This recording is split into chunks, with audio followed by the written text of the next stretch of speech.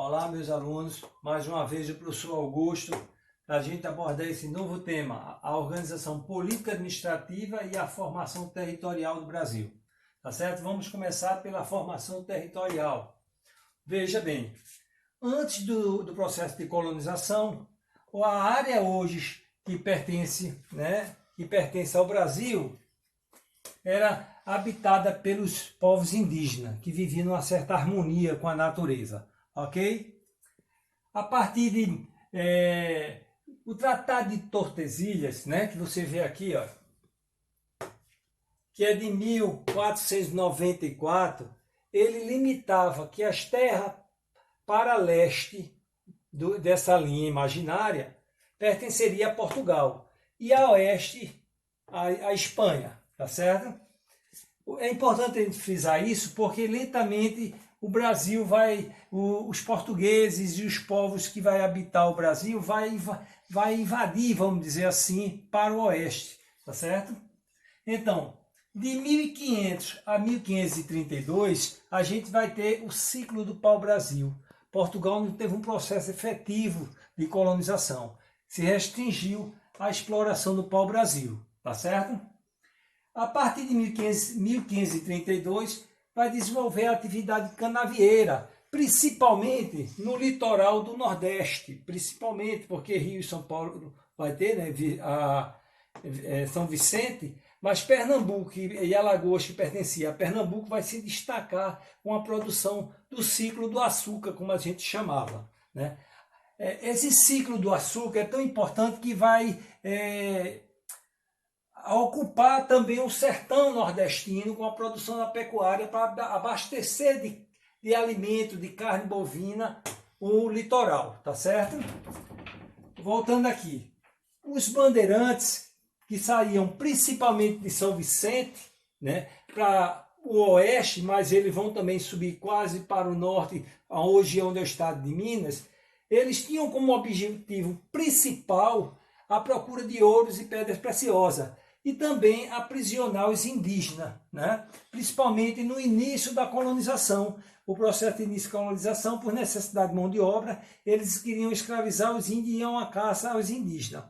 Ao longo que foi trazendo africanos de Portugal, a gente vai ver o oposto, a preocupação agora vai ser essa procura de ouro, diamantes, que vai ocorrer, tá certo? Então, o ciclo da mineração do século XVIII, que vai se dar principalmente quando se encontra ouro em Minas Gerais, é decorrente desse processo para o oeste dos bandeirantes, que sai principalmente de São Paulo, de São Vicente, ok? E aí, eles também vai ser responsável e estimular a colonização do sul do Brasil, ou seja, da região meridional do Brasil, com a pecuária para abastecer essas regiões das Minas Gerais, ok? A região amazônica, no século XVII e XVIII, vai ocorrer o processo de fortificação, ou seja, a coroa portuguesa preocupada com invasões de estrangeiros pelo litoral norte nosso, como pela Guiana Francesa, essa região daqui, vai montar fortificações no Vale Amazônico, Também nesse período vai ocorrer as missões religiosas que vai escravizar alguns índios e obrigar a colher drogas do sertão, que são frutas, cacau, por exemplo, tá certo? Essa missão aqui, e vai entrar aí também o ciclo da borracha, é importante porque vai povoar toda essa grande área que hoje pertence à região amazônica, ok? Bom, o Tratado de Madrid, de 1750, é um tratado onde o acordo entre Portugal e Espanha dava direito de posse da terra a quem a ocupasse. E essa parte oeste do Brasil, hoje, que pertencia à Espanha, ultrapassando o meridiano de Greenwich, quem vai estar ocupando são exatamente os bandeirantes. E aí o Brasil passa a receber de forma definitiva a posse dessas terras. da região oeste do Brasil, né? E aí o Brasil vai ter quase que a mesma configuração atual, né? Não vai ter a parte do Acre, essa parte do sul do Brasil aqui, onde está pontilhado, ok? Então a importância desse tratado é que Portugal consegue definitivamente conquistar essas terras do oeste. O Tratado de Santo Ildefonso de 1777 é exatamente essa parte daqui oeste do Rio Grande do Sul que vai passar, vai ser devolvido, né? Porque aqui está a campanha gaúcha, a criação de pecuária, vai ser devolvido nessa data à Espanha. E só em 1801 é que ela volta a ser para o domínio português. Ok? Bom, o Tratado de Petrópolis, né, de 1903, basicamente é a compra do Acre à Bolívia, né? Como já vinha tendo alguns conflitos do Brasil, decorrente principalmente dos seringais que existia aqui, a questão da borracha, o Brasil consegue, em negociação com a Bolívia, comprar essa área daqui que hoje corresponde ao estado do Acre.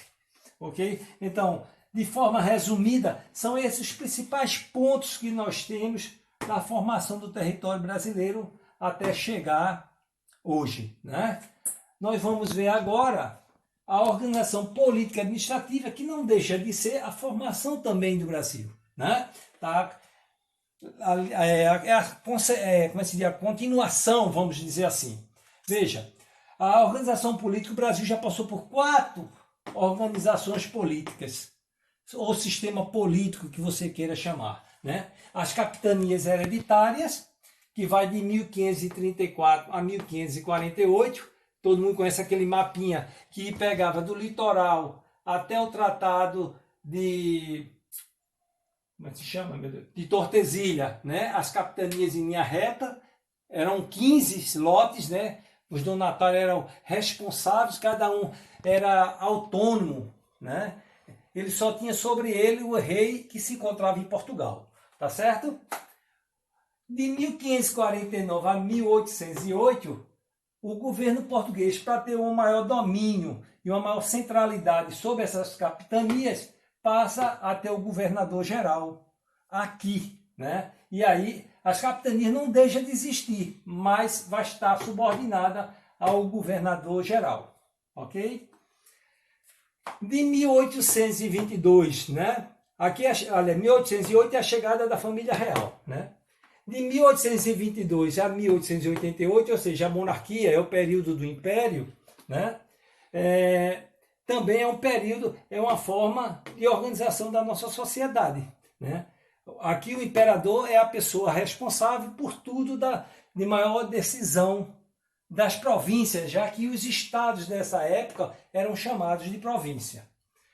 Bom, de 1888 até hoje nós temos a República, né, que é uma federação, né? A República ela é constituída da União, distrito, estados e município, né? A divisão atual do país. Veja mesmo, a União ela é composta do Poder Executivo, representado pelo presidente, né? Do Poder Legislativo, representado pelo Senado Federal, e a Câmara Federal, que a gente chama de Congresso Federal, ou deputados federais, que se encontram lá, tá certo? E do Poder Judiciário, o Superior Tribunal Federal e o Superior Tribunal de Justiça. Isso é responsável na União e fica exatamente aonde? No Distrito Federal, que é a sede do governo federal, né? Que é responsável pelo país de uma política de centralização, de impostos, né? De diversas ações que cabem ao governo federal. Por exemplo, emitir moeda, né? É um exemplo disso. Tá certo? Então a gente já sabe o que é a União, e quem é o mandatário-chefe é o presidente da República, né? E o Distrito Federal é a sede onde se encontra a União, né? O governo federal com todos os 3 poderes, ok? E que esses poderes a gente sabe que as decisões do presidente têm de ter a aprovação das casas legislativas, né? Do Senado e do Congresso, né?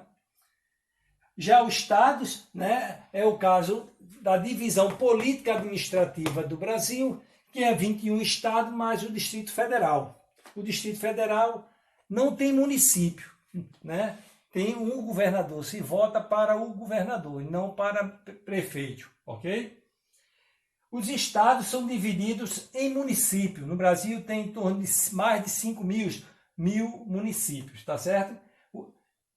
O estado tem autonomia, né? Porque o governador é a pessoa responsável para administrar o estado, mas a Constituição estadual que é subordinada, vamos dizer assim, à Constituição Federal, que é a lei maior do país. E os municípios, que também tem sua legislação, que é a lei orgânica, né, do município,